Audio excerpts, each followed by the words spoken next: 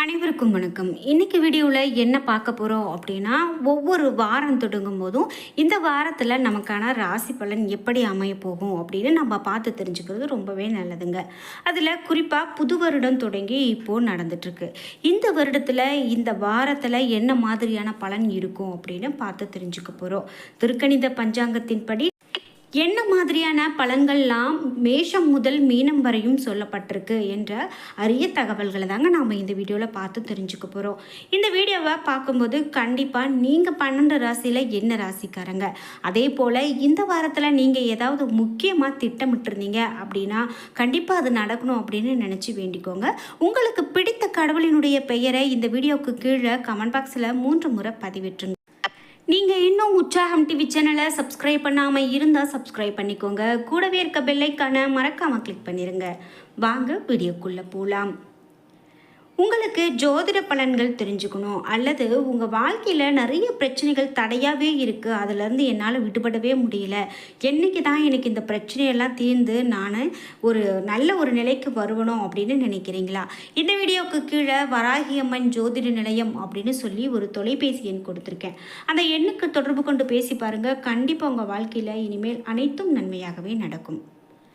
முதலாவதா மேஷராசிக்காரர்களுக்கு என்ன மாதிரியான பலன் அப்படின்னு தெரிந்து கொள்ளலாம். நவகிரக நாயகர்களுடைய முதல்வரான சூரியன் உங்களுடைய ராசிக்கு 10ஆம் இடத்துல இருக்காரு அப்படின்னு சொல்லலாம். உங்களுக்கு சில காலமாக வாட்டி வந்த நோய் தாக்கம் கூட விலகி போகக்கூடிய காலகட்டம் என்று சொல்லப்பட்டிருக்கு. சந்திரனுடைய இடப்பெயர்ச்சிகள் சிறப்பான நிலையில் இருக்குது. பொறுப்பாக அனைத்து வேலைகளையும் செய்வீங்க. வீட்டு தேவைகளை பூர்த்தி செய்து கொள்வதில் நல்ல ஒரு முனைப்பு காட்டுவீங்க. செவ்வாய் 4, 5ஆம் இடத்துல இருக்காரு. சரளமாக பணம் வரக்கூடிய வகையில் தொழிலை சாமர்த்தியமாக முடிப்பீங்க. குரு 2ஆம் இடத்துல இருக்காரு. அனாவசியமாக செலவு செய்யாமல் இருக்கிறது நல்லது. உங்களுக்கு வரக்கூடிய கடன்களை வசூல் செய்வீங்க. கேது 6ஆம் இடத்துல இருக்காரு. இதனால் நோய் பாதிப்பில் இருந்து விடுபடுவீங்க என்றே சொல்லலாம். அடுத்ததாக ரிஷபராசி. சூரிய பகவான் உங்களுடைய ராசிக்கு 9ஆம் இடத்துல இருக்காரு. ஏற்றுமதி இறக்குமதி தொழிலில் புதிய அத்தியாயம் படிப்பீங்க. சந்திரனுடைய இடப்பெயர்ச்சிகள் உங்களுக்கு நன்மையும் தீமையும் கலந்து தாங்க கொடுக்கும். பெண்களிடம் நீங்கள் எச்சரிக்கையாக இருக்கிறது ரொம்பவே நல்லது. பணம் பறிபோகிறதுக்கான வாய்ப்புகள் இருக்கலாம், அதனால் ரொம்ப கவனமாக இருங்க. இதை நம்ம செய்வோமா அதை செய்வோமா அப்படின்னு மனம் அலைப்பாயக்கூடியதாக இருக்கலாம். ஆனால் உங்களுக்கு நிதானம் ரொம்ப அவசியம். நீண்ட கால கடன்களை கூட அடைப்பீங்க அப்படின்னே சொல்லலாங்க. வெளியூர் வேலைகளில் அலைச்சலும் உடல் அசதியும் அதிகரிக்கலாம். மேலும் உங்களுக்கு ஆன்மீக பயணம் மேற்கொள்வதற்கான வாய்ப்பு இருக்கும். கேது 5ஆம் இடத்துல இருக்காரு. பிள்ளைகளுக்கு மருத்துவ செலவுகள் இருக்கலாம். அடுத்ததாக மிதுனராசி. மிதுனராசிக்காரர்களுக்கு என்று பார்க்கும்போது தனியார் துறை ஊழியர்களும் முதலாளிகளுடைய பாராட்டை கண்டிப்பாக பெறுவாங்க. மேலும் சந்திரனுடைய இடப்பெயர்ச்சிகள் பொருளாதார முன்னேற்றத்தை கொண்டு வரும். பந்தயம் போட்டி ஆகியவற்றில் வெற்றி கிடைக்கும். செவ்வாய் 2, 3 இடங்களில் இருக்காரு. மேலும் உங்களுக்கு நிறைய விஷயங்களில் நல்ல ஒரு பலனை காண்பீங்க அப்படின்னு சொல்லப்படுது. திருமண காரியங்கள் கண்டிப்பாக கைகூடி வரும். கசப்போடு பிரிந்து போன உறவுகள் கூட ஒன்று சேரக்கூடிய காலகட்டம். அரசாங்க வேலையோ தனியார் வேலையோ உங்களுக்கு எச்சரிக்கையாக இருக்கிறதே ரொம்பவே நல்லது. இது மட்டும் இல்லாமல் கணவன் மனைவி மகிழ்ச்சியோடு இருப்பாங்க அப்படின்னும் பண விஷயத்தில் எச்சரிக்கையோடு இருக்கணும் எனவும் சொல்லப்பட்டிருக்கு. மனம் விட்டு பேசி கணவன் மனைவி இருவரும் பிரச்சனைகளை தீர்த்து கொள்ளலாம். அடுத்ததாக கடகம் ராசி. சூரிய பகவான் உங்களுடைய ராசிக்கு 8ஆம் இடத்துல அமர்ந்திருக்காரு. அரசாங்க வேலைக்கு முயற்சி செய்கிறவங்க அதற்காக தேர்வை நம்பிக்கையோடு எழுதுங்க. கண்டிப்பாக நன்மை நடக்கும். மேலும் கட்டுமான தொழில் நல்ல ஒரு ஜோராக நடக்கும். மணல் செங்கல் வியாபாரத்தில் உங்களுக்கு நல்ல ஒரு லாபம் கிடைக்கும் அப்படின்னு சொல்லப்படுது. சிலருக்கு மழலை செல்வங்கள் மடியில் தவழக்கூடிய காலகட்டம் அப்படின்னு சொல்லலாங்க. இது மட்டும் இல்லாமல் உங்களுக்கு நடக்காது அப்படின்னு நீங்கள் நினைத்திருந்த காரியம் கூட நடக்கும், கைகூடி வரும்.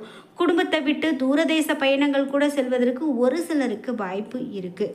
நண்பர்களுடைய உதவியோடு புதிய தொழில் தொடங்குவீங்க. கேது 3ஆம் இடத்துல இருக்காரு. வீட்டிலும் வெளி வட்டாரத்திலும் உங்களுக்கு செல்வாக்கு அதிகரிக்கும் அப்படின்னே சொல்லப்பட்டிருக்கு. அடுத்ததாக சிம்மம் ராசி.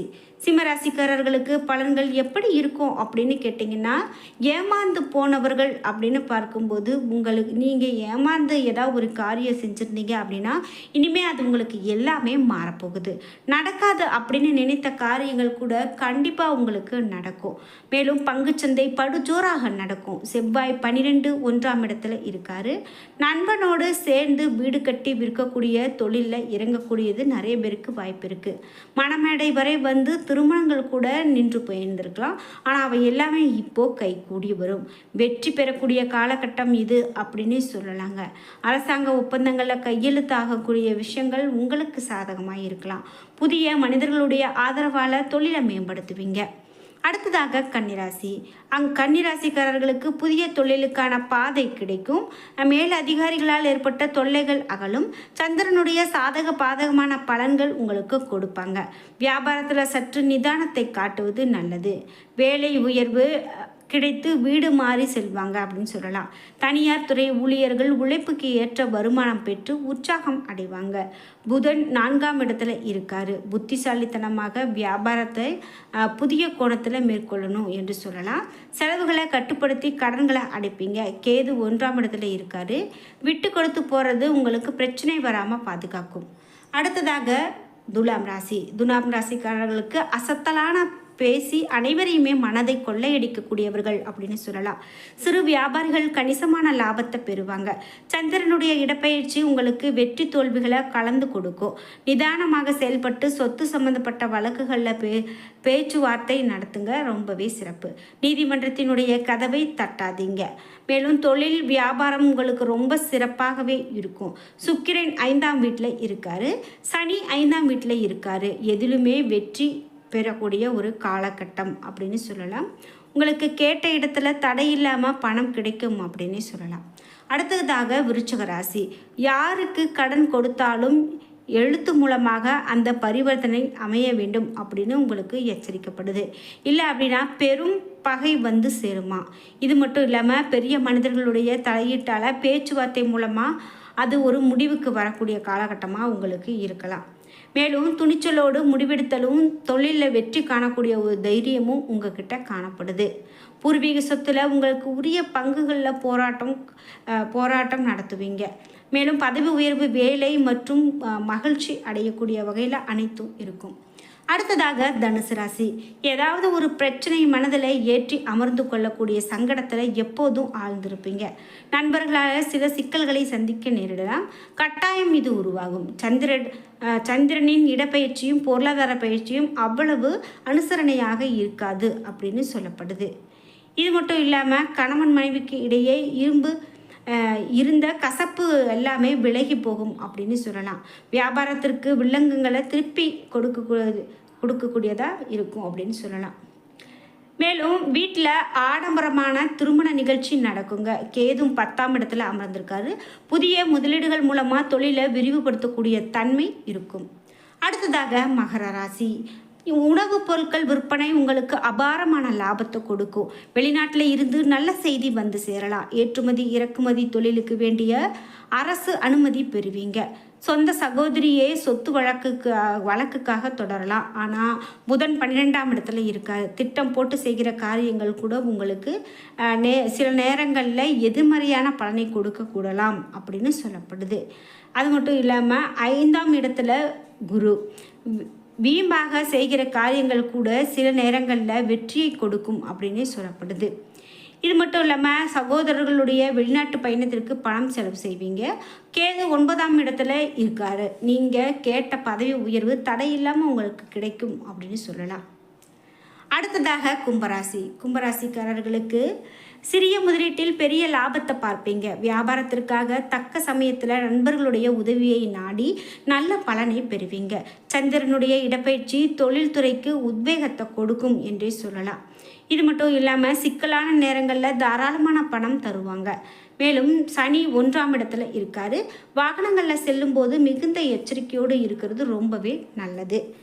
அடுத்ததாக மீனம் ராசி. மீனம் ராசிக்காரர்களுக்கு அரசியல்வாதிகள் அர்ப்பணிப்போடு பணியாற்றி மக்களுடைய மனதில் இடம் பிடிப்பாங்க. அரசாங்க வேலைகள் சுணக்கமாக நடக்கும். மேலும் போட்டி பந்தயங்கள் உங்களுக்கு அனுகூலமானதாக இருக்கும். மேலும் இது மட்டும் இல்லாமல் பெருத்த லாபத்தை கொடுக்கக்கூடிய செவ்வாய் 5, 6 இந்த இடங்களில் இருக்கார். குடும்ப நலனுக்காக இரவு பகலாக உழைப்பீங்க. ஆர்டர்களை பெறுவதற்கு அலைச்சல் மிகுந்த வெளியூர் பயணம் மேற்கொள்வீங்க அப்படின்னு சொல்லலாம்.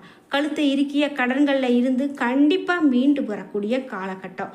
ஆடம்பர விருந்தில் நீங்கள் கலந்து கொள்வீங்க. ராகு உங்களுடைய ராசியிலேயே அமர்ந்திருக்காரு. யோசித்து செய்யக்கூடிய காரியங்கள் கண்டிப்பாக உங்களுக்கு தோல்வியை அடைய மாட்டீர்கள். கேது 7ஆம் இடத்துல இருக்காரு. நகை வாங்கி கொடுத்து மனைவியை மகிழ்ச்சிப்படுத்துவீங்க. என்ன நண்பர்களே, இன்றைக்கி வீடியோவில் நாம் 12 ராசிகளுக்கும் அடுத்த வாரத்தில் என்ன மாதிரியான பலன்கள் அமைய போகிறது அப்படின்னு பார்த்து தெரிஞ்சுக்கிட்டோம். இந்த வீடியோ உங்களுக்கு ரொம்ப பயனுள்ளதாக இருந்திருக்கும். வீடியோ உங்களுக்கு பிடிச்சிருந்தா லைக் பண்ணுங்கள், ஷேர் பண்ணுங்கள், கமெண்ட் பண்ணுங்கள். நீங்கள் இன்னும் உற்சாகம் டிவி சேனலை சப்ஸ்கிரைப் பண்ணாமல் இருந்தால் சப்ஸ்கிரைப் பண்ணிக்கோங்க. நன்றி வியூவர்ஸ்.